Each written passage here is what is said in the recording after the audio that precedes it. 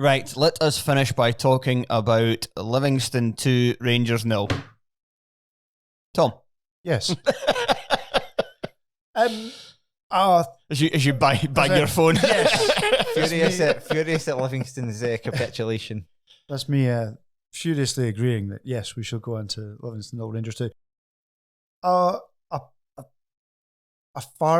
strange game in a way, because it was both a far more dominant. Like, if Rangers had won this 6-0, that would not have been an unfair reflection on the way that the game panned out. They missed a penalty. They had 2 goals chalked off, one more controversially than the other, and certainly had the chances. But I think in a way it's the biggest mark of how much better than they were under Michael Beale, because playing exactly that same way they would have drawn this game 6 weeks ago. They would have contrived to have found a way that, having missed a penalty and being a bit frustrated and missing a few chances, they would have struggled to break Livy down. And Livy were pretty good defensively. I think one of the most interesting kind of tactical changes has been moving from the Beale's 3 up front, 3 strikers.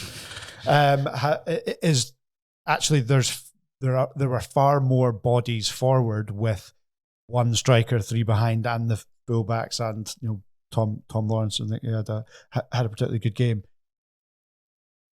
Kind of all coming in behind in support, and it was almost like if you've got the bodies to hold the ball up and move it around and be a bit more patient with it, then you can have support and you can have overloads, which is what ended up happening. I still think there are limitations, and I think that you said that there's a title race on. I still think the limitations in that Rangers squad will mean there's not a title race on, because I think there's still enough that they will drop points to slightly better teams than Livingston, who they defended doggedly but weren't very good, and still managed to kind of contrived to somewhat were involved in their own downfall. But there's been a marked difference. I think there's a bit more confidence to Rangers. There's a bit more swagger. There's a bit more expectancy that they're going to win, which is annoying when you're an opposition team, because it had started creeping. I mean, it's daft. He's only got Michael Beale's Rangers record's not that much worse overall, but I think the difference in the kind of mindset and it just looks like there's a little bit more savvy as to how to set up a team at that level, that to set up a team to go and impose their will on an opposition than there has been a bit. But all in, quite an entertaining game. I didn't really watch much of this, so I'm just going to go to you, Craig. Yeah, I think Thom kind of covered most of it. Like Rangers, I think you said the title race. I don't think they'll win the league, but I think they will be much like the Celtic won't. It will be a procession to the title the way I think it was looking like it was going to be. Because I don't think this. I think you're right. Rangers will drop points. I don't think Celtic are amazing this season either, and I think they will drop more points. But for Rangers, it was like Livingston didn't lay a glove on them really in this game, and so it was made quite easy for them in a way that it usually. I say it usually isn't when they play against Livingston, but that's probably not actually been true for anyone, either them or Celtic against Livingston most of the time recently. But Livy it was just quite passive, and they just weren't that involved in the game, and even like the kind of directness that you'd like to see from them that would maybe a rattle a Rangers team, it just wasn't getting them anywhere. There was just nothing from They them. just got nothing at the moment. No, that's it. They look completely bereft of. Yeah, nothing is the right word to describe Livingston right now. They've got nothing. So the architects of their downfall a bit, as you say, in the sense that the penalty, until the second penalty, yes, they are being pummeled, or not being pummeled, but they're by far second best, but they're not out of the game. And then like Mikey Devlin waving his hand about above his head when a corner comes in. You can talk about a lot of contentious penalty design. We didn't really talk about. I think the one Motherwell got at Fir Park, it is a penalty under the rules, but I hate that type of penalty because. But This one is just a penalty. It's just like, it doesn't matter what the handball rule is. If your hand is like waving about above your head and stops the cross, like that's a penalty. That's always a penalty. But as you said, maybe if you don't do something stupid like that, you know what can happen in a game of football. It just takes like a big punt up the park or something, someone falling over or whatever it is.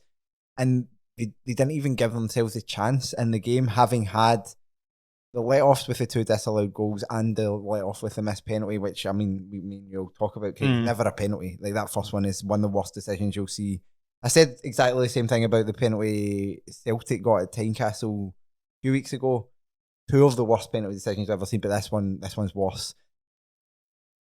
But yeah, like Rangers have got, like, I think Lauren's coming back with definitely his assist for the Dessers goal is spoiled a bit by the shitness of the finish, but like the fact that it hits the goalkeeper and it kind of trickles in, but the assist is really good, and he might make a difference. But he's another one of these players you cannot rely on because he spent much of his Rangers career injured, and I think he had injury problems before that. So good, enjoy him while he's here, but he might then break down in 4 games' time. Well, one bright spark for Rangers, not just in this game but of late, is Ross McAusland, who does look a very handy player. He was excellent. I mean, he was incredibly direct. Yeah, definitely took a dive for the penalty. I'm not having that it was anticipated contact. It was definitely a dive for the penalty. But there was so many. All right, he's learning the dark arts at a young age. Learning the dark arts at a young age, exactly. That an assist for Tavernier, as it's known. But he was so direct. He was able to, like, he was going to the byline. He was coming inside, and he was. It was difficult to judge too much because Livingston were really passive, and they weren't even doing the kind of take some bodies and just see what happens if we start to put the fear of God into the young man with no facial hair. They didn't even have that. But every time he got the ball, you could sense that there's something happening here. They're moving it. It's like, and that's been sorely missing.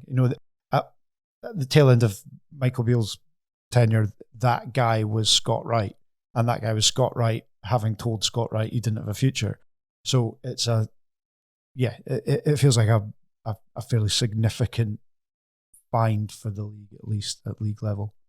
I think just bringing a young guy into the team is something what a new manager, just bring a guy in that's got a wee point to prove, and it's just like setting a tone of it. It's also saying to everyone at the club, like, you've got a chance here, like, keep working hard, etc. He's looked very good. It's always the case. Sometimes you get these young players that come in, have a few good games and then fade away, but he's given himself a chance, and he'll be definitely in their thoughts now going forward, which I think is as much as you can really do.